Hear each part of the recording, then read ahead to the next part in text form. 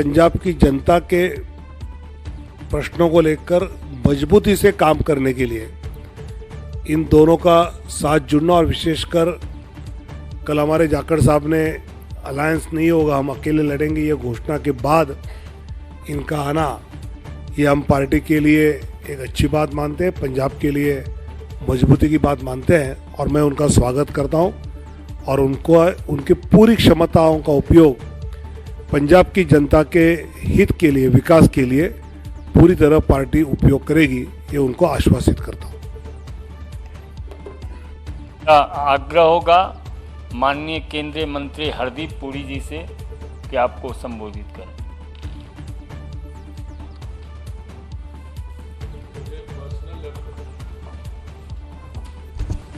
मुझे personal level पे आज बहुत खुशी हो रही है कि ਤੁਹਾਡਾ ਸਵਾਗਤ ਹੋ ਰਿਹਾ ਹੈ ਸਾਡੇ ਪਰਿਵਾਰ ਵਿੱਚ। ਭਾਰਤੀ ਜਨਤਾ ਪਾਰਟੀ ਇਸ ਵਕਤ ਸਿਰਫ ਭਾਰਤ ਦੀ ਸਭ ਤੋਂ ਵੱਡੀ ਰਾਜਨੀਤਿਕ ਦਲ ਨਹੀਂ ਹੈ, it's also the biggest political party in the world. और मुझे पूरा विश्वास है कि पिछले दिना जिस तरह दावड़े जी कह रहे सीगे, कई दिना तो from different walks of life उन्होंने जिन्होंने ना कमाया अपना एज सैलीब्रिटीज बॉलीवुड विच, बाकी पॉलिटिकल पार्टीज तो ऑल वॉक्स ऑफ लाइफ साडे परिवार शामिल हो रहे हैं।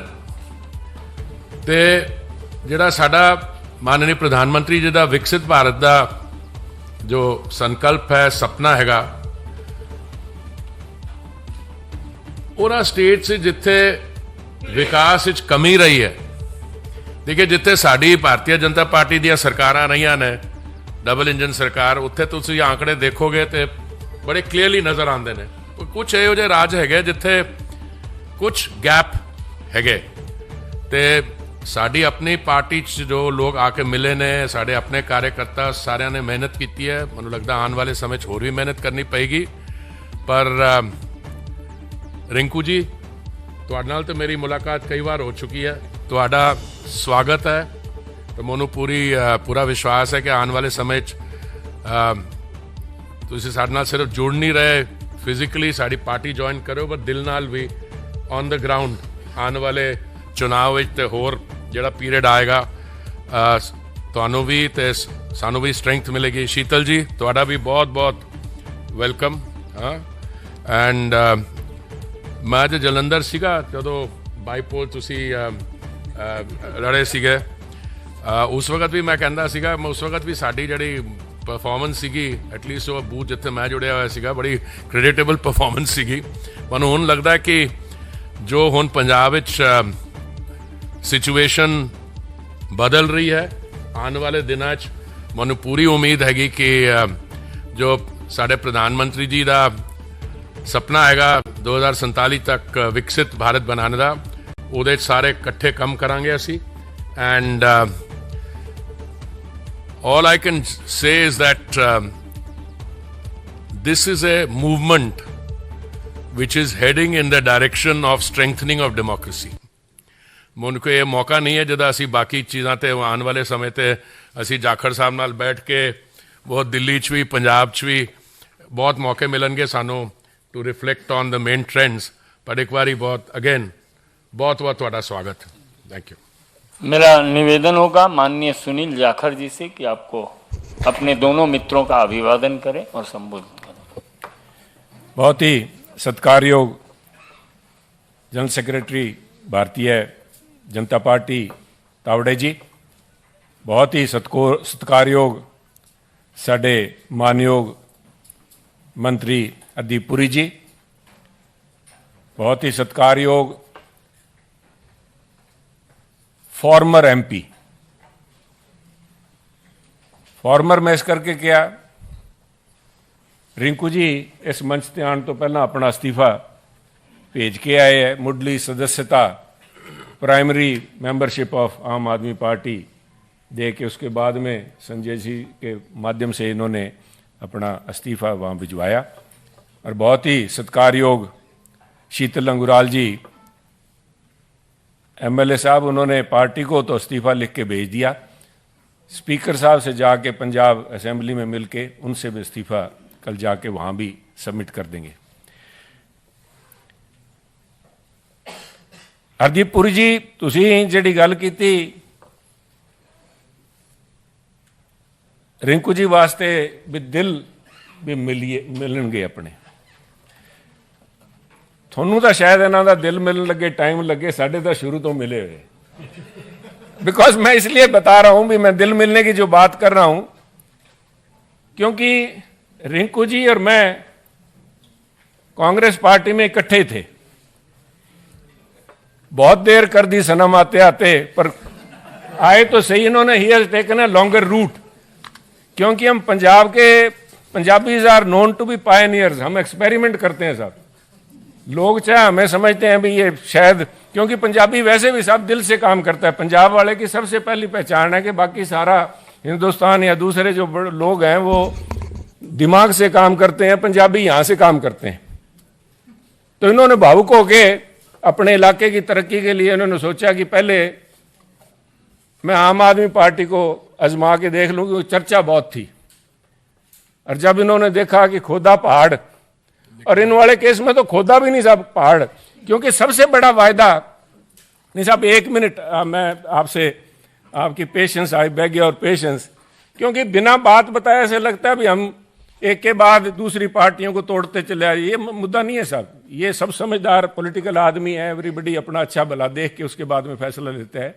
जब मैं पहाड़ की बात कर रहा हूं तो कुछ पहाड़ तो दिल्ली के अंदर हैं जिनकी चर्चा इंटरनेशनल तक होती है। अभी दिल्ली में इतने बड़े कूड़े के ढेर लगे हुए हैं, अगर कुतुब मीनार को छोड़ दें तो मैं समझता हूं भी हमारे जो ये ढेर लगे हुए हैं कूड़े के, वो कुतुब मीनार से कंपीट करेंगे। परंतु ऐसे कुछ ढेर इनके जलंधर में भी लगे हुए थे। और जिस मुद्दे को लेके खुद केजरीवाल साहब, जिससे इनको लुभाया गया, जो वायदा किया गया रिंकू जी से, कह रिंकू जी हमें मौका दो, ये मेरी पर्सनल गारंटी है आपको कि मैं ये हटा के आपको दिखाऊंगा।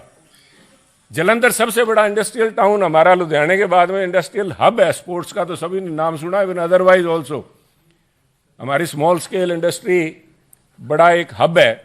और वहाँ की अगर सड़कें देख लें तो मेरे ख्याल में आपको खड्डे ही दिखाई देंगे, सड़क नजर नहीं देगी।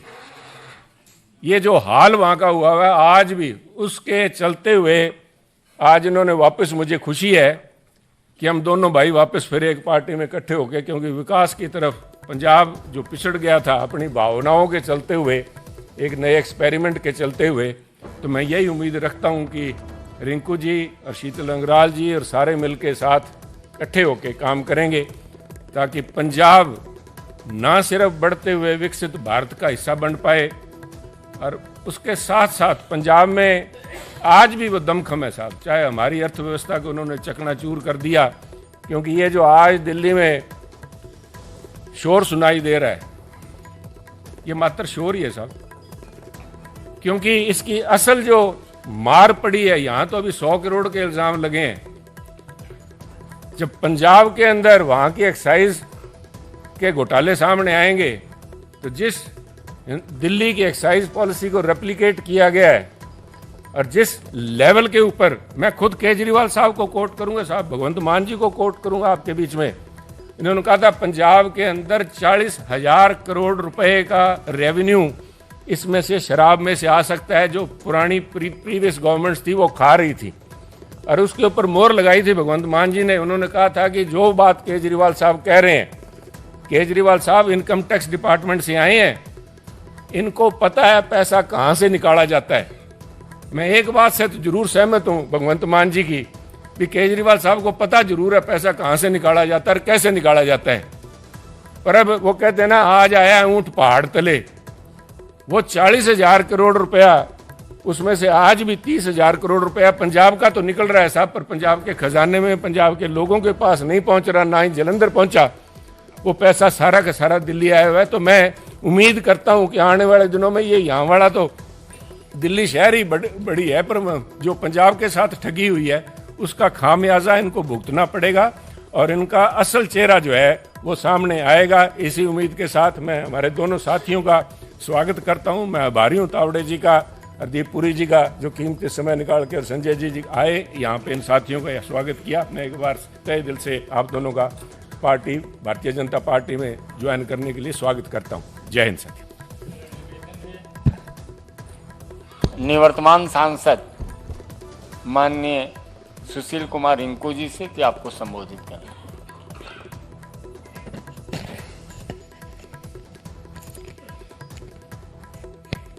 बहुत ही सत्कारयोग विनोद तावड़े जी, बहुत ही सत्कारयोग केंद्रीय मंत्री हरदीप पुरी जी, बहुत ही सत्कारयोग पंजाब बीजेपी के प्रधान सुनील जाखड़ जी, बहुत ही सत्कारयोग संजय जी और सामने बैठे सारे ही मेरे प्रेस के साथी। अज विधिपूर्वक तरीके दे नाल भारतीय जनता पार्टी ज्वाइन करन दा मेरा सिर्फ ते सिर्फ इक्को मकसद है कि देश दे विच जिस तरीके दे नाल पंजाब दे नाल लगदे जिहड़े सूबे है उन्हां दे विच तरक्की हो रही है, देश अगे वध रहा है, तां किते ना किते वो कमी है जिहड़ी मैनूं पंजाब दे विच और खास करके अपना संसदी क्षेत्र है जिहड़ा जलंधर दे विच नज़र आ रही है कि असी बहुत है जिहड़े डिवेलपमेंट पक्षों पिछड़े हैं। जाखड़ साहब ने बहुत विस्तारपूर्वक गल्लां कीतियां क्योंकि थोड़ी देर पहला काफ़ी चर्चा जिहड़ी है असी आपस दे विच कीती सी। ये गल ठीक है कि जिहड़े वादे असी जलंधर दे लोकां दे नाल जिमनी चोण दे विच कीते सी, उन्हां वादियां दे उत्ते मैं समझदा कि मैं खरा नहीं उतर सकिया क्योंकि मेरी सरकार ने मेरी पिठ ते उत्ते हत्थ नहीं रखिया। जलंधर दे जिहड़े काम सन, चाहे वो सड़कां दे सन, चाहे वो पिंडां दीयां फिरनियां दे सन, चाहे वो पिंडां दे छप्पड़ां दे सन, चाहे वो लोकल बॉडी शहर दीयां सड़कां सन, तो बहुत जिहड़े काम है मैं समझदा कि वो शुरू ही नहीं हो पाए। और दिल्ली दे विच आदरणीय प्रधानमंत्री श्री नरेंद्र मोदी जी और आदरणीय साडे गृह मंत्री साहब अमित शाह जी, इन्हां दी कार्यकारिणी, इन्हां दा जिहड़ा वर्किंग स्टाइल है वो मैनूं पिछले बीइंग लोक सभा सदस्य उन्हां दे नाल विचरण दा मौका मिलिया तो मैं बहुत प्रभावित होया।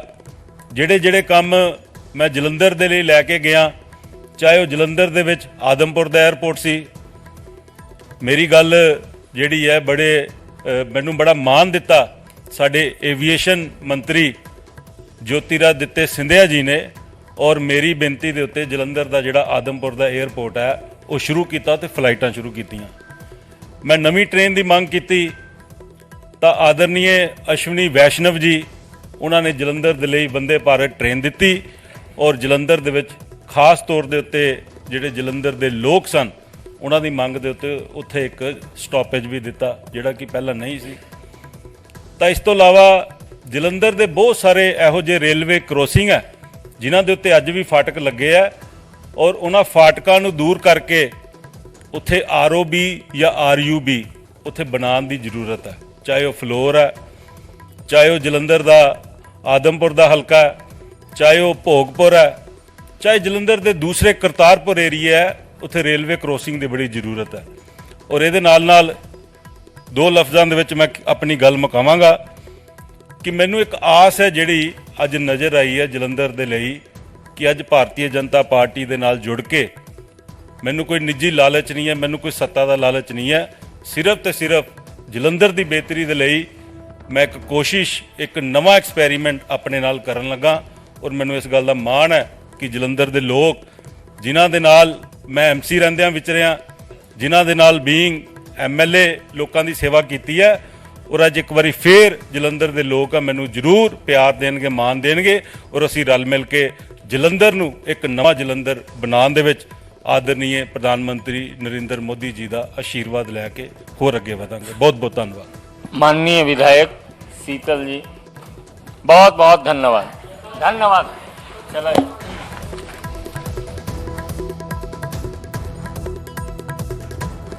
ਪੰਜਾਬ ਦੀ ਸਿਆਸਤ ਨਾਲ ਜੁੜੀ ਸਭ ਤੋਂ ਵੱਡੀ ਖਬਰ, ਸਭ ਤੋਂ ਵੱਡੀਆਂ ਲਾਈਵ ਤਸਵੀਰਾਂ ਅਸੀਂ ਦਿੱਲੀ ਤੋਂ ਤੁਹਾਨੂੰ ਵਿਖਾ ਰਹੇ ਹਾਂ ਕਿ ਅੱਜ ਦੋ ਵੱਡੇ ਆਗੂ ਆਮ